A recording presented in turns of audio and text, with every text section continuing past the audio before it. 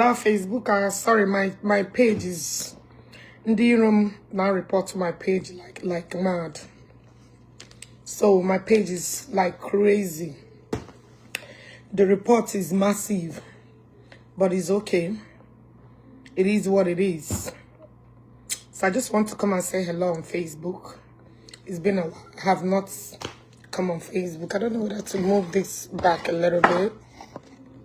Sorry, too close. Let's see what I move this one back. I'm on TikTok or Facebook as. So now madam will not get a notification because the kind of report in the room, this is my page.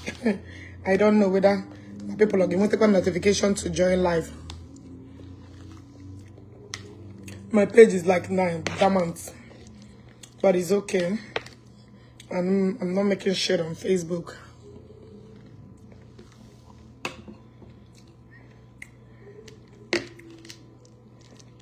I'm gonna come and eat.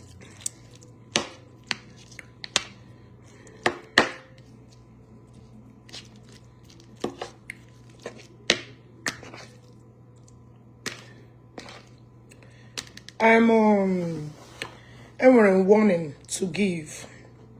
You see, nobody likes it. I decided to find peace for myself. And I decided to mind my business, right? Ebony son, tag an Ebony son on this video. Because Mbemga Potaraya Oga like him. Ebony son and J Park. No na man and Jakere ne Buhari video. Avoid anything that has to do with my video. Let me repeat it again. Any content that I charge any of you to carry it. Ebony son, J Park, I saw your comment. Somebody brought it to my attention. I don't even follow you guys. But somebody brought it to my attention. J Park, they tag you. J Park, don't allow me to reopen case Simone again. I'm warning you and the Bonnie son. You guys should allow me to heal. You guys should allow me to move on. I am sending this warning so people that knows you guys should warn you. People have... Today, I wanted to start J-Pack matter. A lot of people reach out to me and they say they start showing your videos that you have apologized. I let go. I try to mind my business. Allow karma to judge everyone. But at this point, if you... Ebony son, let me warn you for the last fucking time. And J-Pack, let me warn you for the last... You see, I'm dressing you peacefully. And that's what you were there. J-Pack, that I have forgiven you, I don't want to have anything to do with you. But anything that related with my name, I beg for you to comment. I don't even want you. I know because tomorrow now, they will say I did not dish out this. Ebony son, do not carry any of my content. Do not carry my video to mock yourself. Did you hear what I said? You guys should allow me to move on and heal. Please. I am grateful that Ejimishim put on Nigeria. I am grateful that all the plans the enemy planned for me did not work. You guys should allow me to move on in peace. And now I'm making this video now. Those of you that carry my content without my consent will not also carry this one to tell all of you, to tell me to avoid me. Avoid me. Hashi onye ndi no barakirikiri ne chendo yanchi. J-Pack, for the last time, you and the Bonnie son, avoid me. You guys should allow me to heal. You guys should allow me to heal all the trauma you guys put me through in Nigeria. I beg of you, allow me to heal. Don't carry my video. Don't carry any of my content. I will not carry any of yours. I don't want anything that has to do with you guys to be attached to me. Ebony son, I will not warn you again. I don't want to see any of my content because when I will come with a disaster. I will fight your page. I will fight you.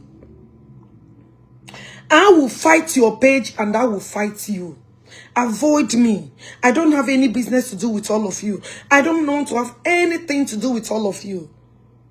All the plans you guys made against me. All the evil that you guys planned against me. Alotaram Nigeria peacefully. You guys arrested me. Planned crew and arrested me. Had a plan and started reaching out to my enemies to come and arrest me, to come and punish me. Bikono,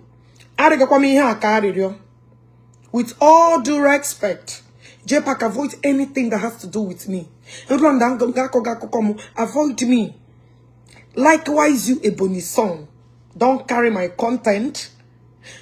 I created the content. I don't want my video to surface on your platform.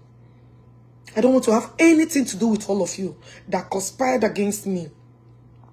That I decided to say, let me heal, let me move on. You guys should allow me. Because when I will jazz out, so now, I should know Ogechi, that I don't jazz out. This video will be my witness. This video will be my witness. Because I left everything for time to judge. I left everything for karma to prevail. You guys should allow me to be. You guys should allow me to be. Because nobody will hear my voice. Nobody will see this woman. Allow me to be. Avoid anything that has to do with Ogechi. Avoid me. Even Yawuru give me minute to survive. Please, please. Allow me to be. Ebony son, avoid anything that has to do with my content. I'm not your friend. I will never be. JPAC, avoid me. Anywhere my thing has been posted, don't reopen the wound peacefully.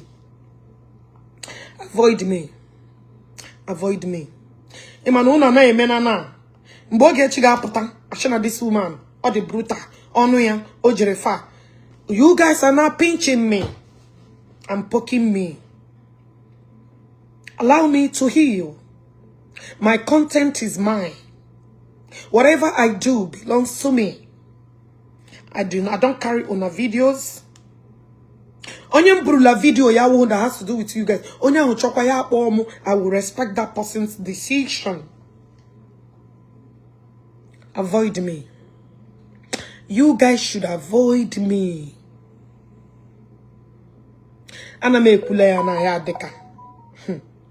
Onye wula gwokola ma akebe. Onye wula gwokola ma akebe. I left everything for time to judge. Because time is the best judgment on earth. Time is the best judgment on time. It's only a matter of time. The judgment will take place. I did not leave my matter into God's hands because I know God is dealing with a lot of things. It's time to judge.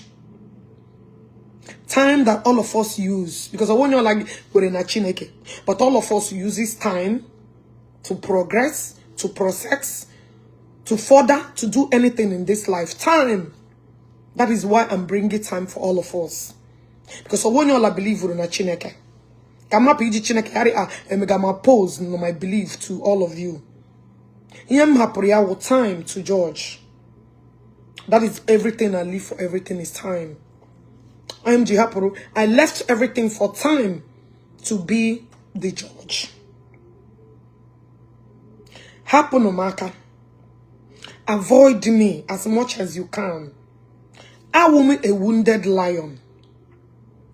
Let me repeat it again. I am a wounded lion. Allow the sleeping lion, not dog. Allow the sleeping lion to sleep. Avoid me.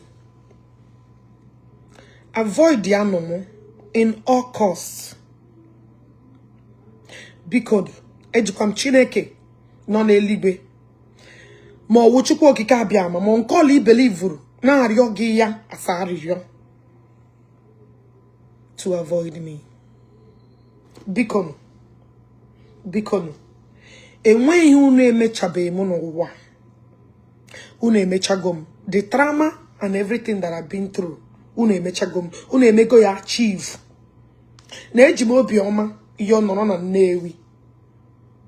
Unu plan ya mee ma arrest. Zubunu niile over 30 men. Nigerian mother, the security is in God's hands. I'm on the security. My men in on uniform. My men are not on uniform. Una gang gear up. And they go, oh, move it, come on, go. All of you ganged up. All of you ganged up. Avoid the animal. Avoid the animal. I can remember my mark 20, 30 years to come. Anytime nobody will tell me how to heal. And nobody will tell me to forget the drama that the video is on Facebook. Please. Kuna abali ala. Akonu bera na Nnewi. N'Ugbo. Biacherem. Bawazie. MJ kuna yanweri. But madam no de ha aware. I'm just hearing it for the first time. I'm not planning no many. Giwa, Governor Onyoshi, Efurefu, unintelligent criminal, and the others that are yet to find out who they are. J-Pipe, all of you gathered. One. The same ono kuno nako everyone. The same ono kuno nako everyone. Marco, uno koro Marco. J-Pipe people tarabamona. My father raped me. My father molested me. Ipo tarakuona mu imbecile children. Lock wire inside. And when we hear kohomo, then ba koge. Datana na giniki. Nkem kozirige wunki jiri doishi. Na gige eme my coming back home to be frustrated. Na giga duri shida. That me returning back home. Iyeni no jime ma rescue nu ni ne mebugudige na. Iyeni na unu jime ma rescue. Iyeni nu mega me 1 million times. Ayi unu na-eme. Even emerubedim half of ihe unu meriri. Erubedim quarter of it. Erubedim, I have never done half of what you guys are doing to others now. Biko, aragakwa mia karirio. Ebony Sam, hapumaka. J-Park, leave me alone. Governor Onyoshi, hapumaka. All of you that planned, ganged up, hired people to frustrate my life in Nigeria. Happen to me. Happen to Marco. I don't they talk am now. People will not hear that I'm calling for everybody to leave me alone. Occasionally, Jula be keshe yono. Like I said, I leave time to judge all of us. All of us. All of us. I leave time to judge. Jepakibu putere nna m nwụrụ anwụ mee ihe akaja. Eji nna m gba war for years. A whole professor in the United States of America that taught university until the day ọ nwụrụ. Ka ibu putere m ihe akaja. Ma agbazie gị war. Gbaa gị war. You connived with people and arrested me. For what? Now, I want to hear little Igbo na atoshe. Awu onye gbara m egbe. Wo my problem. Wo onye kpụrụ m aka. Chilekwa nga m haidere. You guys that planned Thousands of you. And the point where I was at Nnewi are my problem. Not the woman who no to arrest me. Not the woman who no to arrest me. You guys are my problem. Come to Ariakwilulua again. Owu onye gbara m egbe. Who my problem? Owu onye toro maka shilekwa ngo Ogechi hidere. Are my enemies. I put it to you all to allow me to be.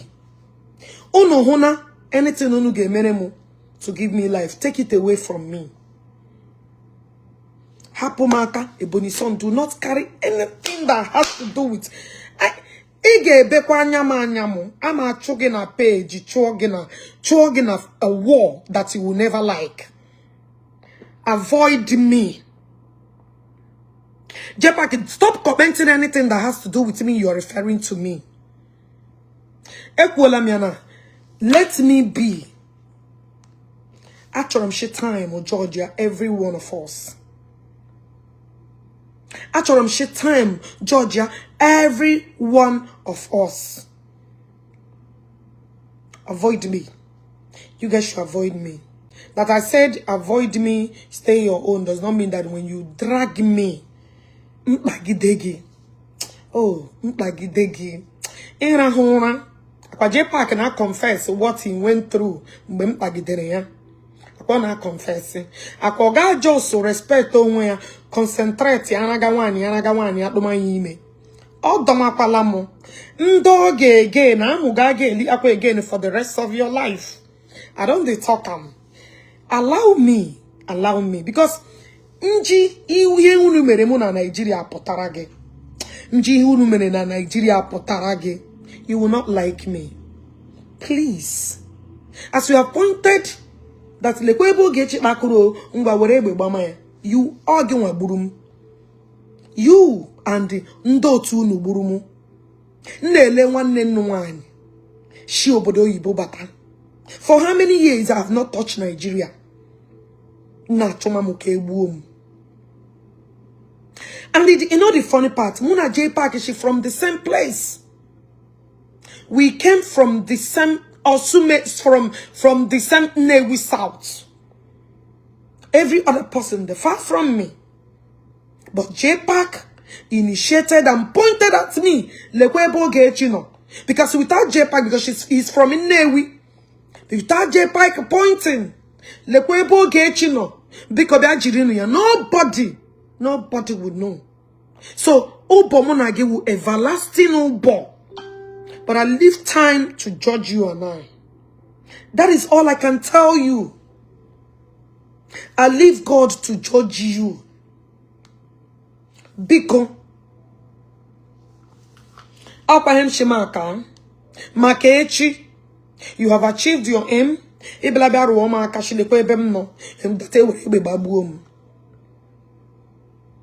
Because Ebony lost son. Because all of honor happen no maka.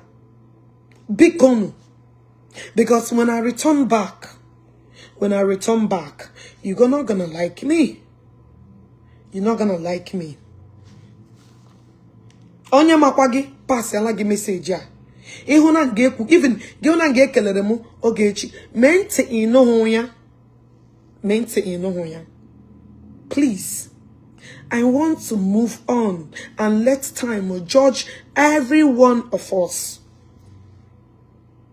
Mission am I forgive Olano I got show fake forgiveness.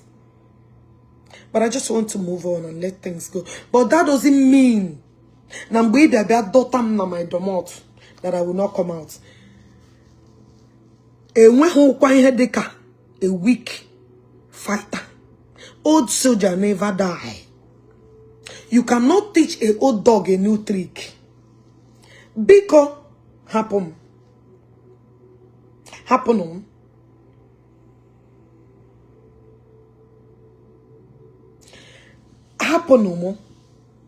on. I want to move and do my thing. But do not carry my content. Do not carry my content. I may destroy Papa Ejiki. Jokwa Jujum very well. I may destroy Papa Ejiki.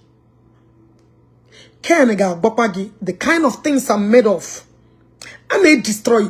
You see, I go because I know you guys are making money, making ends meet from Blue App. But I'm warning you that I don't want to see anything that has to do with me on your platform. On your platform. Not me, not my voice, not anything that has to do with me. Please, please, please. Beacon. J-Pack, you may channel me on league and mem no wa. Did you hear what I said? Ime chagom. So allow me to be. Ebonisoni, also including you. Avoid the animal. Avoid the animal. Avoid the animal. After time will be our judgment.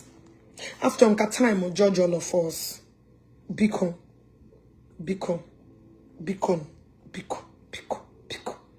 And I'm let this video be my witness. Before Facebook will delete it, ma download for my evidence. Let me mention the date in my video here. Today is January 29, 2026, which will be my witness. Avoid me. By 4:56 p.m. Chicago time. Beacon. Happen. Beacon. I want time to judge. Please. Avoid me. January 29th, 2026. 4:56 as I speak now. Hapumaka.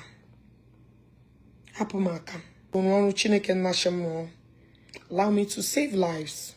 Allow me to touch lives. Allow me to be beacon. Chono dena chono. Hapumaka. When people chugono, ya chono no chowa. Beacon. I use God beg you. Avoid me. Avoid me. Please. Please join my enemy as you joined them before to hurt your own blood, to hurt your own sister. You can equally do that again. Question I'm gonna go one day. And the game chamatazi and I'm gonna get one day. Like him jirigi ogu no for. Ogu or for kam jirigi. That's all I can tell you. Ogu no for. So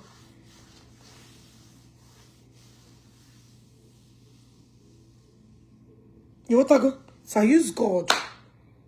Allow time to judge. Time will fight my fights. I want him na gara dibia.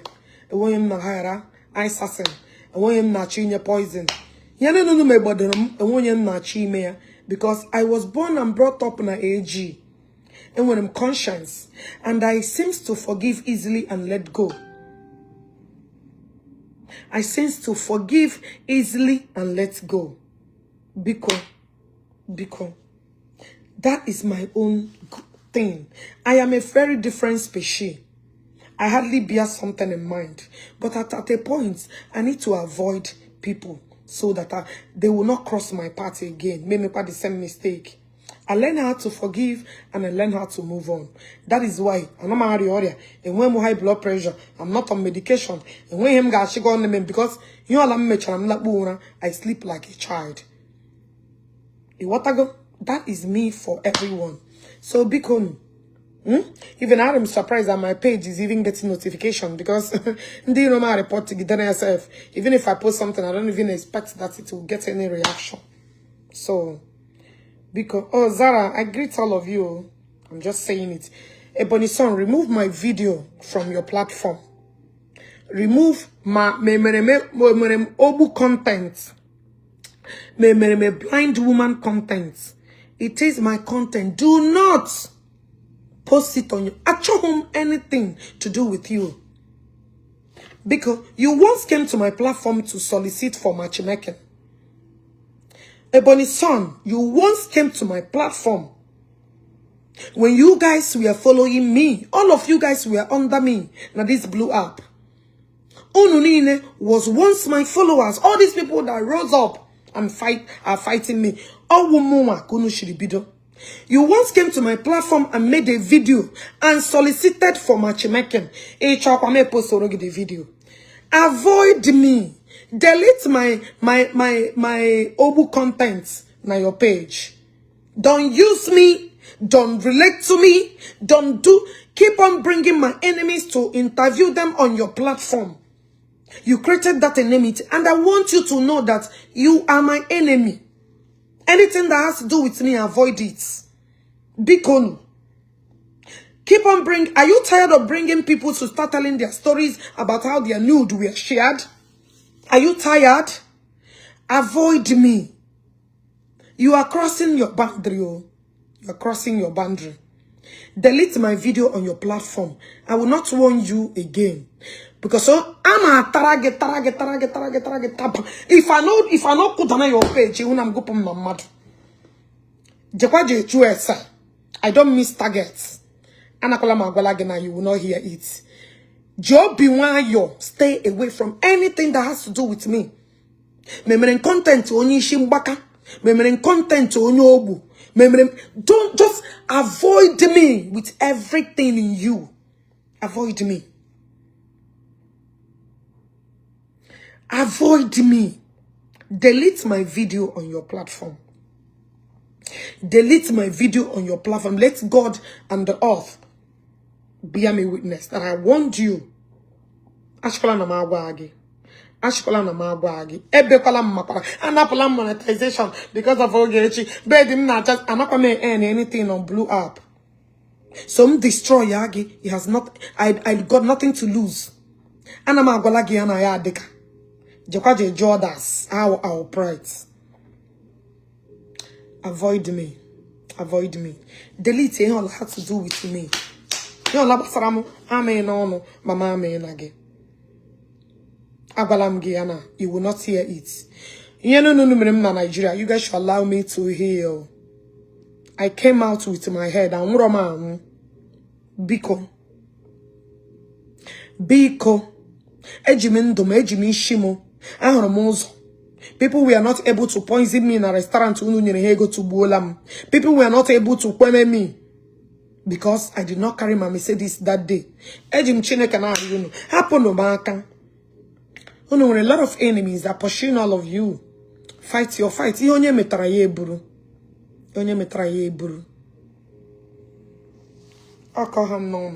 Remove my video. Anything that has to do with me, remove it. Remove it. Avoid me. My saga is not like every other person's saga. And I'm a saga for saga again. I got to me big amodo. I should know Ogechi Abela. Hapumaka. Ebony Son, Chepake, all of you, Hapumaka.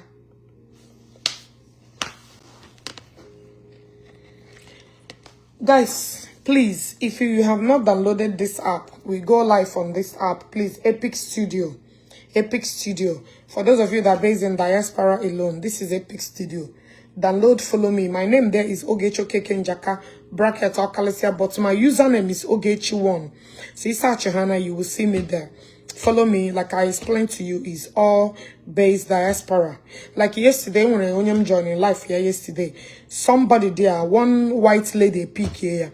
Now, okay, what do you want? What do you want to be done? The guy I men apply for American visa for how many times? Same when I had the lady na Kowara. I tried to record it, but I don't know why I couldn't. Lady na Kowara, na we missionary. Even I had to chat the lady private share. Please, other people. I wish missionary no mom baggage, you know, to you, something like that. So you can get people there because it's basically for international people, you know, and everybody know they are nice. It's not like TikTok or what they call it, Facebook. No, everybody know they are nice. Even the CEO now their name a program now request on direct because the app is really growing. So come in there. Who knows tomorrow? Like we kick off with our matchmaking. Mekwana. A lot of people are going to Ogechi may introduce. You got all of them now. Me pay Ogechi. I know I'm there before. Now I'm telling all of you. Say when they world that Ogechi did not bring anything, they will not succeed on social media. Happen no more. Une metegum. Just that God, and when God grace on my head, une metegum. Une metegum. Happen no ma. Happen no ma ko. Happen no ma ka. I just want to be. Nabam jinyo when peace of mind. Oh him chong. Bam jiwere peace of mind. That show him. Bam jiwere peace of mind. Na nyo him. Nyere yo him. And when him chegare chiche. But he wouldn't him chela me chiche. Puta. Biatakuloma. I will come for you. All sagaka. We are all sarcastic people. All of us are sarcastic people. We cannot change overnight. Just that we're trying to have our own peace of mind. E what I go? E doga mo biaba mo war. Ndie ya first. E domo the second ndie ya. Ndomo the third. Ma if I cannot hold it anymore. Ma potarage. Ma potarage. We are all blood. We here what we found ourselves. But anytime you decided that you want to give yourself inner peace, you do it. You do it. And that's what I have decided to do. That is what I have decided to do. So please, be guided. Rishna, Ogechi, you are my greatest enemy. I will not leave you. No problem. But you will live in pain. As far as my honor, my pride, my dignity, I have nothing to cry forever. Now, Angela, for those of you, Boga reminding that no Ngaka Ngara. Now listen, Angela Okoye, Nona Suleja, all uniform call you there now. My uniform, because all you so China labu another person I so. That uniform now, all your guys so. Only visitor a year yapata. Showero went there few months back.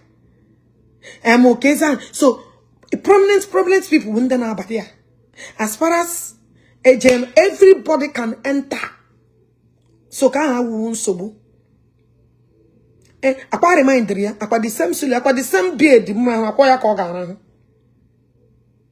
I don't know. I heard that Messi decided to release her, to withdraw the case. That is what it is. Akwa Messi, akwa people be ye decided to withdraw her case. Akwa decided to withdraw her case. That is how it is. Onye gina ya puri ba, onya hungama na gina ye rulishi. Ye decided to let you ga no we ya no we. Messi Oshimba na ya ge kwekwa kwa no men approve to release her. That is how it is. I don't know why you guys cannot understand that. You want to go? That is how it is. Onye akwa magbaga ya bia the same way even my story. Ogechi bia answer ma balaga. Ogechi bia answer me na issue on. Akwa the same thing in Angelo Okoye. Anybody can do it. You want to go? Akwa ule e ka ha bia kporo ya. My house can have a kabiaporum. So I don't know. Legit pen man deja baby. I'm a legit up wala my partner now. So how far how markets? And then I baby and then I follow your fans. That is it. Even the way Eji celebrate my arrest. I won't be more celebrity you can celebrate arrest. The way Eji celebrate my arrest. I'm on my Facebook baraloko. Despite that, I'm even go on the word dress and I be a corum. On the word dress and I be a corum queen, like him in town. You want to go? So, I see no reason why I can jaru another thing. You want to go? Yeah, I'm messing a channel. We make peace, we withdraw case, and when you all make mind their business here. That is how it is. So, allow people to take their own decisions. Allow people to decide what they want to do. Allow people to decide what they want to do. Peace is what you decide to give to yourself. Give me fine. They are all actresses. They will also work together. That is how it works. So please, I'm begging all of you. Ebony son, delete my video on your platform. Ashikola na maagbaroge. Ashikola na maagbaroge. Unapam jamaga mamo.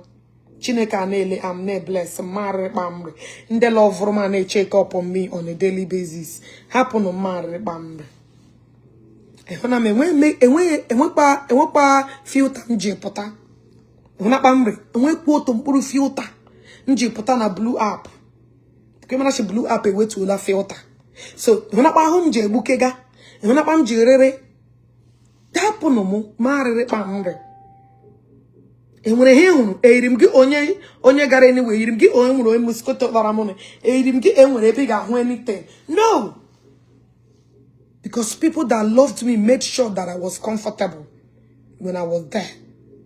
Like I normally say, I hope you have the kind of grace and the people that stood by me big and when so bunkegi, because all putu you can put lagi today or you cannot put lagi tomorrow. That is it. So, a strong ruler that I hope he wanted the kind of solidarity. I hope he wanted the kind of people who gave everything in their life and ready to sacrifice anything for you. I hope you do. I hope you do. So, because the name of the app Epic Studio. Epic Studio. Join me on there. Let us have fun. Join me there. Let us have fun.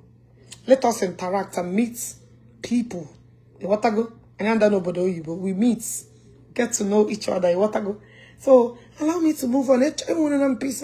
Ogechi, you are my enemy for life. Nobody should call you your sister. Obasarage. Neida potara mumada potarage. Oh no for. Ishigashe amo. No mada potarage. Abakoloso. I'm always ready for you. I'm a woman that is always ready for any wah. Just as somebody said, Ogechi is my sister. I don't have any problem. But if she got uselessness again, she come my end. When you start selling market again. I don't even know whether you exist or you don't give me BP. Rather, I do give a fuck. You don't exist, but email him. If I can't take it, I will come for you. Now, I'm just make a day my day. You can call me a berry, I don't care. After all, I get what Google. You can call me a berry, ma or kegi. No, tanta, no fanyanya. I wish I'm not getting a court. I don't know why you always penned. You're always penned. Don't get out. It is your business. It is not mine. Actual peace of mind. Zoro when me care. But it's type of mobile. When the map bag jam. That is how it is. And when you do a ribe, on your suchaya paralabu. In suchake mama paralabu. And the man face a mere him mego wemuna. A megaro wemu megaro wemu. Don't know where go. I wish as far as all we boogie that you get boom. Go for it, now. Go for it. Bema di ibu. As far as nearly the only dendo life, you can never win me. As far as you let morendo, liemu lienamu, nagebe yalan. You win pamu. Come money here patrayane. Come money here patrayane. As far as you potra. Shine shaga otomo. Di jotoma shaga. Come money here patrayane. Oh monage. Oh monage. David tells you. Oh monage. Oh monage. I tell you with every lacker in me. As far as you let Chanonya rendo shagi liria. I get very happy. Ipe bupambo. Ma jogging. Mom nahagi. Njama bought dogging. Osu. Come on, go and permit yourself for all I cares. Ne potama pota. E potama potrage. Ilabuo, my bapaki cat. You want to go? Now go actually one and a bar Pangini and Hoji Monana. Yaji Monana may you Gagana. You want to go? So now you sabi. You know, if you like, you I get you. It's my sister. I get you. And then get him back. Hey, look at you. Look at you. You're fighting everybody. You got look on Kikabogi. I put me pushing. It's a like go for where you.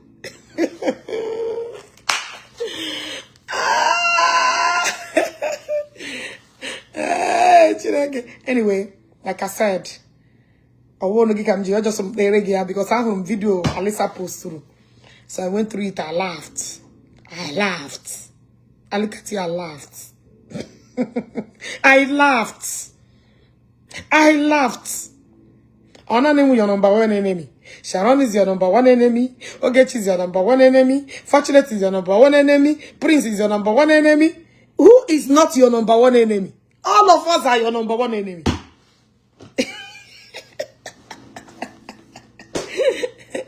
Every of us are your everyone. Jim is your number one enemy. Ojeka, all of us. Who your number one enemy? No. Eto kwa Sharon echi na gapata. Na Sharon is my number one enemy. He got in pain until you me. For me, I don't care. And I'm making my business. Let me have my check out my new markets. They made my business. They made me really happy. Nche adim obiama mumma. Today muna dim boroncha boji chaya ma. Ngwala. Ngapara ejema.